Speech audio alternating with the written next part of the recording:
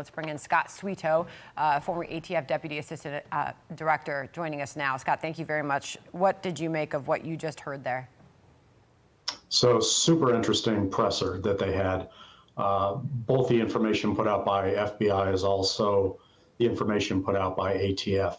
I think what's significant in this is not only that it was apparently a suicide attack and that it wasn't seemingly an accidental ignition prior to this service member being able to drive the vehicle into the Trump Hotel.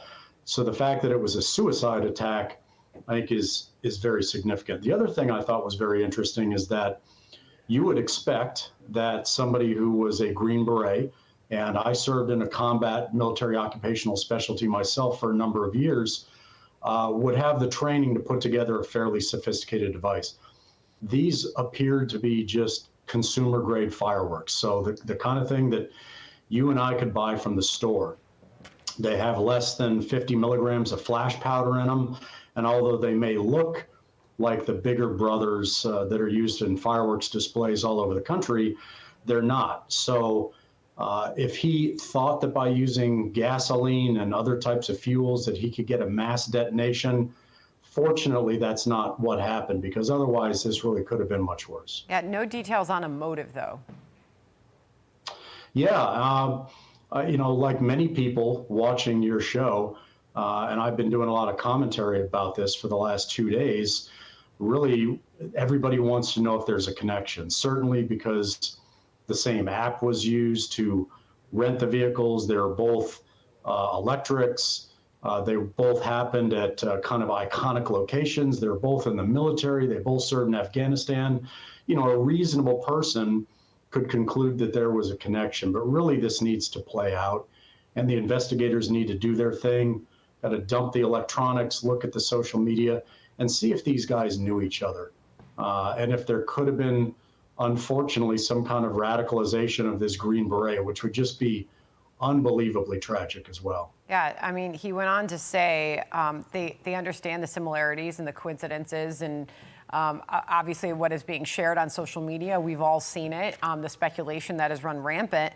But other than they both went to Fort Bragg, and one's currently, he's obviously currently serving, according to the military ID. He said that's a big place. There's no record they were in the same unit or the same years, but they did both serve in Afghanistan. So they're still investigating.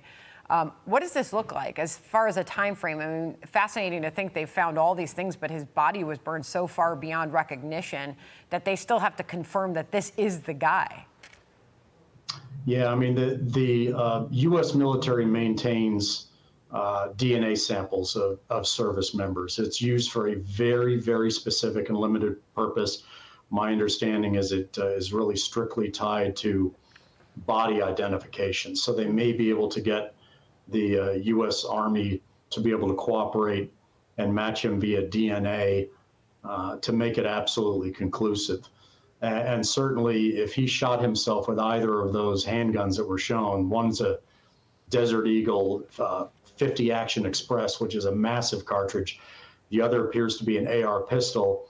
You know, that's going to really do a number on him as well. So it's going to be difficult to do this, certainly through dental records. The military keeps very, very detailed dental records. They'll be able to identify him, and they may have already done so. They're just not prepared to say it. Okay, appreciate you sticking with us through that news conference. Thank you.